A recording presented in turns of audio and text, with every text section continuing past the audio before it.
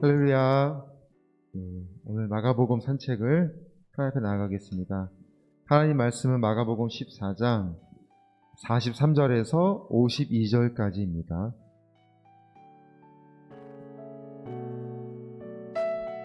천천히 같이 읽어보겠습니다. 예수께서 말씀하실 때 곧 12 중에 하나인 유다가 왔는데 대제사장들과 서기관들과 장로들에게서 파송된 무리가 검과 몽치를 가지고 그와 함께 하였더라. 예수를 파는 자가 이미 그들과 군호를 짜 이르되 내가 입맞추는 자가 그이니 그를 잡아 단단히 끌어가라 하였는지라.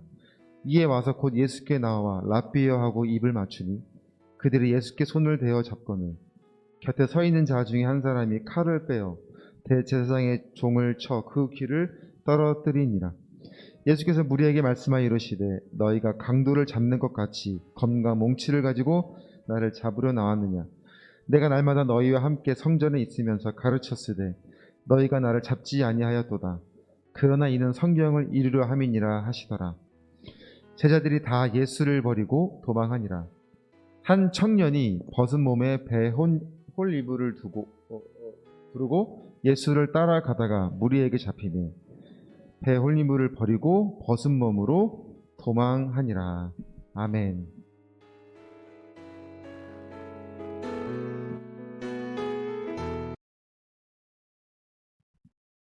오늘 본문을 크게 네 개로 구분을 해볼 수가 있는데요. 첫째는 가룟 유다의 정체가 밝혀지고 있다는 것과, 둘째는 예수님의 붙잡히심은 하나님의 뜻이었음을 밝히는 것과, 그리고 세 번째로는 모든 제자들이 예수를 버리고 도망가는 것이고, 그리고 끝으로 네 번째는 한 청년에 대한 이야기로 되어 있습니다. 먼저 가룟 유다의 행동은 인간적 타락과 영적 타락으로 볼 수 있습니다. 그는 스승을 배신했고 동료들도 배신하였습니다. 예수님이 마지막 만찬의 자리에서 너희 중에 한 사람이 나를 팔 것이다 라고 말을 하셨는데, 이제 오늘 여기서 그 한 팔 사람이 가룟 유다였음을 밝혀주고 있는 거죠. 또한 이 스승은 곧 성자 하나님이셨기 때문에 영적으로도 보면 타락하여 하나님을 배신하고 있는 것입니다. 44절을 오늘 본문을 다시 보면 이렇게 말씀을 합니다. 예수를 파는 자가 이미 그들과 군호를 짜 이르되 내가 입맞추는 자가 그이니 그를 잡아 단단히 끌어가라 하였는지라. 유다가 얼마나 철저하게 준비하고 있는지를 보여주는, 그러니까 그가 지금 얼마나 완악한 마음으로 지금 이 자리에 있는지를 보여주고 있는 거예요. 첫째로 그는 검과 몽치를 가진 사람들을 대동하였어요. 그러니까 은혜를 나누고 사랑을 나누는 사람들과의 관계나 그런 자리에 있으려고 하지 않았던 것이죠. 빛보다는 어둠의 자리에 머물려고 했던 모습이 유다에게 있었던 것입니다. 둘째로는 말씀대로 완악한 마음을 가지고 있어요. 유다는 그를 잡아 단단히 끌어가라고 말하고 있는 거죠. 그러니까 그가 주도적으로 이 자리를 계획하는 그 마음이 참으로 무섭지 않습니까? 사람이 마귀의 도구가 되면 이렇게 무서워질 수도 있는 것입니다. 셋째로는 위선적인 사람이 되었죠. 45절을 보면 이에 와서 곧 예수께 나와 랍비여 하고 입을 맞추니 라고 하였죠. 랍비라는 말은 존경의 마음으로 호칭하는 것이고, 또 그 관계에서 이루어지는 행동이 입을 맞추는 모습인 것이죠. 그러나 유다는 철저하게 위선적이고 무서운 사람으로 변한 거예요. 전혀 그런 마음, 그런 행동이 아니면서 예수님을 붙잡기 위한 모습으로 그렇게 그는 서 있었던 것입니다. 그런데 우리가 예수님을 지금 붙잡기 위한 이 과정의 흐름에서 우리가 지금 이 흐름에서 느낄 수 있는 공기의 그 느낌은 무엇이냐면 이 모든 것에 지체함이 없었다는 거예요. 마음 먹고 저지르는 나쁜 행동에 일말의 양심의 가책을 느끼지 않고 진행한 일이었다라는 것을 우리에게 보여주죠. 요한복음 13장 30절에 이렇게 말씀하고 있는데요. 유다가 그 조각을 받고 곧 나가니 밤이러라 라는 말씀이 있습니다. 그러니까 제 가운데 산다는 것이 꼭 이처럼 나쁜 일을 해야만 죄인이 되는 것은 아니에요. 유다에게 이 밤이라는 표현은 그가 마지막까지 지금 예수님과 함께 있었던 사람이라는 것을 의미함과 동시에 그가 지금 영적으로 타락해버린 인생의 모습을 보여주고 있는 거예요. 예수님이 그 땀이 핏방울이 될 때까지 간절하게 기도하시는 그 목적의 이유는, 그 중에 하나는, 가장 큰 것은 바로 하나님과의 단절되는 시간을 가장 괴로워하신 것이거든요. 하물며 우리의 인생이 하나님과 단절된다는 것을 우리가 어떻게 감당할 수 있겠나 이거죠. 한순간도 우리는 하나님과 떨어져서는 살 수 없는 존재인데, 유다를 통해서 하나님과 단절된 영혼이 얼마나 철저하게 완악하게 그렇게 죄인의 모습을 살아가게 되는지를 오늘 우리는 깨달을 수 있기를 원하시는 거죠. 48절을 한번 보겠습니다. 본문 48절에 예수께서 무리에게 말씀하여 이르시되 너희가 강도를 잡는 것 같이 검과 몽치를 가지고 나를 잡으러 나왔느냐. 그러니까 지금 예수님은 죄인으로 취급받는 것에 지금 강한 책망을 하고 계시는 거죠. 예수님이 지금 이 붙잡히심의 이유는 죄가 있으셔서가 아니라 오로지 하나님의 뜻을 이루시는 시간이었다는 거죠. 하나님의 뜻이 이루어지는 시간은 곧 예수님의 말씀이 이루어지는 시간이기도 한 것이죠. 오직 예수님의 말씀만 들었어야 하는 것이죠. 하나님의 자녀로서 정체성이 더럽혀지고 훼손되어지고 그 하나님의 자녀로서의 명예가 우리가 더럽혀지는 것에 대하여 강한 책임과 절대적 믿음으로 목숨처럼 여겨야 한다는 거예요. 그러니까 우리가 잘못하고 실수해서 손가락질 받는 것은 우리의 어떤 연약함이라고 할 수 있지만, 어쨌든 간에 예수님의 이름이 더럽혀지고 교회의 역할이 상실되어지는 것에 대하여 받는 비난에 대하여 우리는 얼마나 큰 죄책감을 가지고 있느냐라는 거예요. 에이, 사람들은 몰라서 그래. 세상 사람들은 몰라서 그래. 우리가 이러한 마음을 가지고 있어서는 안 된다는 거예요. 하나님의 뜻 안에서 이루어지는 고난과 역경에 대하여 마치 도살장에 끌려가듯 죄인 취급당하는 것에 우리 몸소리 칠 수 있어야 하는 거예요. 오직 예수님의 말씀을 붙잡고 담대히 감당해 나가야 되는 거죠. 오늘 예수님이 오늘 여기서 이렇게 말씀하시는 거예요. 죄인 취급하는 것에 대하여 예수님이 강한 책망을 통하여 나는 이것이 하나님의 뜻인 것을 너희들이 모르고 있냐라고 성경에 이루어진 것을 지금 이루어지는 시간이라고 말씀하시는 거죠. 오늘도 우리는 그러한 뭔가 자부심, 여기에 대하여 우리가 정말 강한 책임감을 느껴야 하는 것입니다. 그렇게 예수님의 말씀대로 모든 제자들은 다 도망을 가버리고 말았습니다. 오늘 끝으로 한 청년에 대하여 좀 살펴보면서 말씀을 마치고자 하는데, 오늘 본문 51절, 52절을 보면 참 특이한 장면이죠. 갑자기 이 한 청년이 나타난 이야기가 과연 무엇을 의미하는지 좀 궁금증을 유발하게 되는데, 실질적으로 이 청년이 과연 누구인가라는 것에 대하여 끊임없는 많은 학설들이 지금 있어요. 그리고 이 청년에 대한 이야기는 이 마가복음에게만 기록되어져 있거든요. 이 이상한 행동을 하는 청년에 대하여 무슨 의미가 있는지에 대하여 많은 주장들이 있다는 거죠. 그러나 결론을 내릴 수 없는 이유는 이 청년에 대하여 마가복음에서도 설명하고 있지 않다는 거예요. 그럼에도 이 청년은 마가복음의 저자인 마가라고 하는 주장에 저는 그 주장을 동의를 하고 있어요. 여기 보면 성경을 보면은 혼이불이라는 표현을 쓰죠. 혼이불. 이 혼이불은 아무나 쓸 수 있는 표현이 아니라고 하는 것이죠. 당시에 상당한 재력가들이 사용하는 이불이었습니다. 마가는 부유한 집안에서 태어난 사람이었습니다.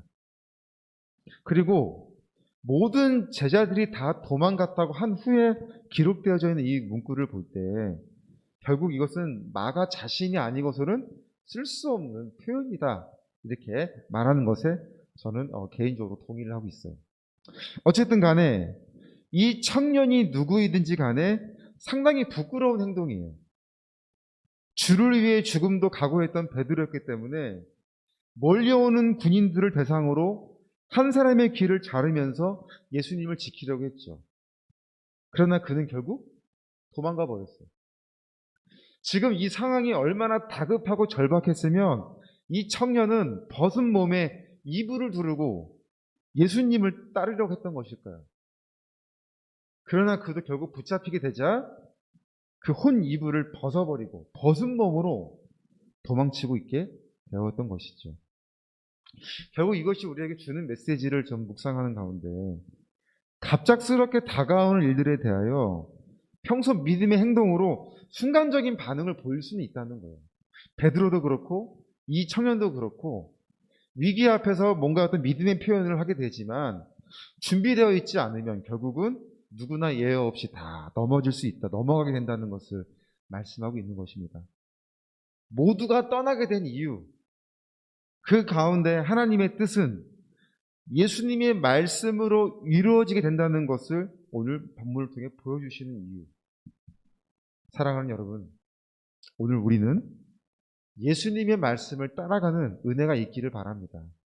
그 말씀에 사로잡힌 인생이 복이 있는 것이고 그 말씀 가운데 늘 준비되어 있는 자들이 우리에게 다가오는 무수히 많은 어려움이 있다 하더라도 흔들릴 수는 있으나 넘어지지는 않는다는 것. 그것이 오늘 우리에게 주시는 말씀인 것입니다. 아멘. 우리 잠깐 이 시간 기도하기를 원하는데요. 우리 호스피스 환우들을 위해서 기도하기를 원합니다. 영육간의 고통으로부터 평안함을 하나님 허락하시고 그 환우들의 있는 중에 성도들에겐 천국의 확신으로 죽음의 두려움으로부터 물리칠 수 있게 해주시고 하나님 한 사람의 영혼을 사랑하시는 그 영혼이 그 현장에 있음을 하나님 아시오니 그들에게 하나님의 이름이 전해지는 가운데 복음이 수용되어 정말 호스피스 병동이 하나님 나라가 확장되어지는 곳에 쓰여지게 하여 주시고 특별히 병원에서 일하시는 모든 분들에게 하나님 영적인 긴장감을 더하여 주셔서 한 영혼을 주님 대하듯 섬길 수 있는 마음을 주셔서 비록 우리가 함께하지 못하는 가운데 있다 할지라도 성령 하나님은 그곳을 주장하여 주셔서 하나님의 호스피스 병동을 지켜 주시옵소서. 우리 이 시간 같이 하나님을 기도하겠습니다.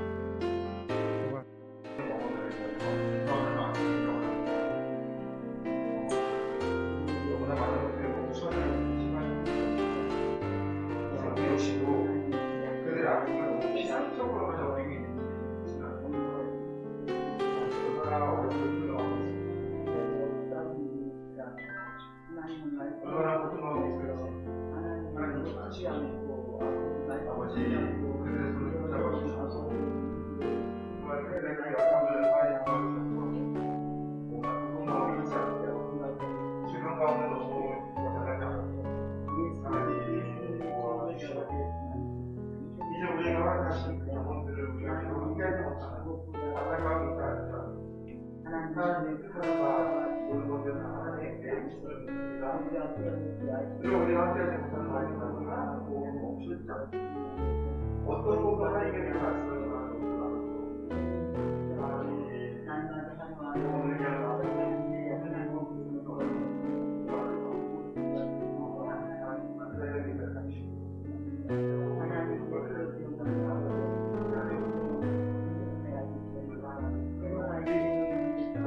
말씀을 뜻으로 생각하는 선생님 수업은 전국에 우리 시간인데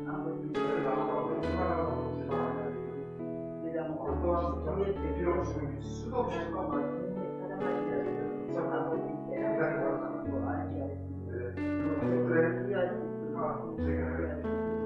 많이 하나님을 보는 시간이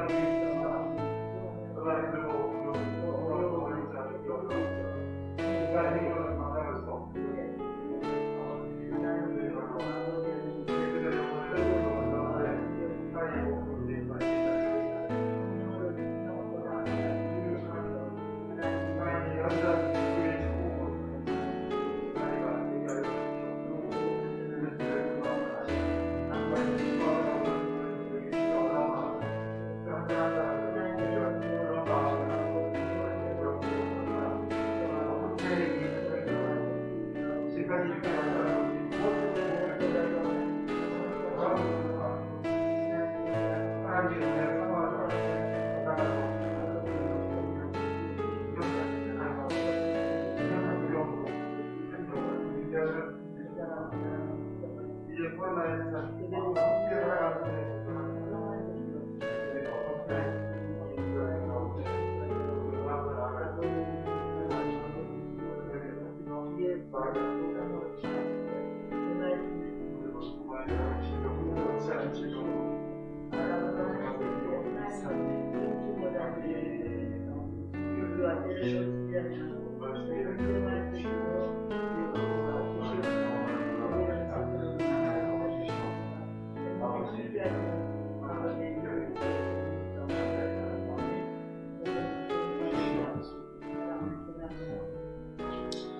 우리 두 번째 기도하겠습니다. 우리 안녕 호스피스 사역을 위해서 계속 기도해 주시기 바랍니다. 하반기에 사역되어지는 모든 것에 하나님 주장하여 주시고 하나님의 뜻이 이루어지는 자리가 되게 하여 주시옵소서. 호스피스 현장이 속히 열릴 수 있게 해주시고 무덴나무 쉼터의 운영을 위해서도 하나님 붙들어 주시옵소서. 이제 같이 한 번 더 선교회를 위해서 기도해 주시겠습니다.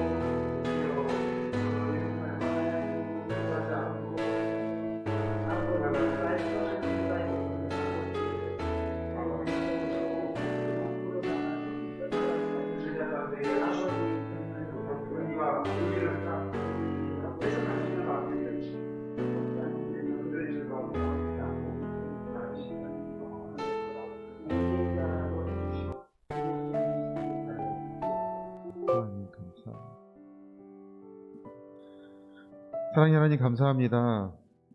우리 선교회를 사랑하시는 하나님, 기도하는 모든 것에 응답하여 주시고 지금까지 지켜주신 선한 그 계획대로 남은 일정도 하나님 사용하여 주시옵소서. 오늘 이 시간 서로를 위하여 기도하고 이 산책을 끝내고 나서 더 기도하는 가운데 은혜를 더하여 주셔서 늘 기도로 서로를 위하여 기도할 수 있는 마음과 하나 될 수 있는 마음이 되게 하여 주셔서 어떠한 상황이 있다 할지라도 살아계신 하나님을 높여드리는 우리 삶의 모습이 되게 하여 주시옵소서. 모든 것을 하나님께 맡기며 예수님의 이름으로 기도드립니다. 아멘. 우리 하나님께 감사 영광의 박수로 예배를 마치겠습니다.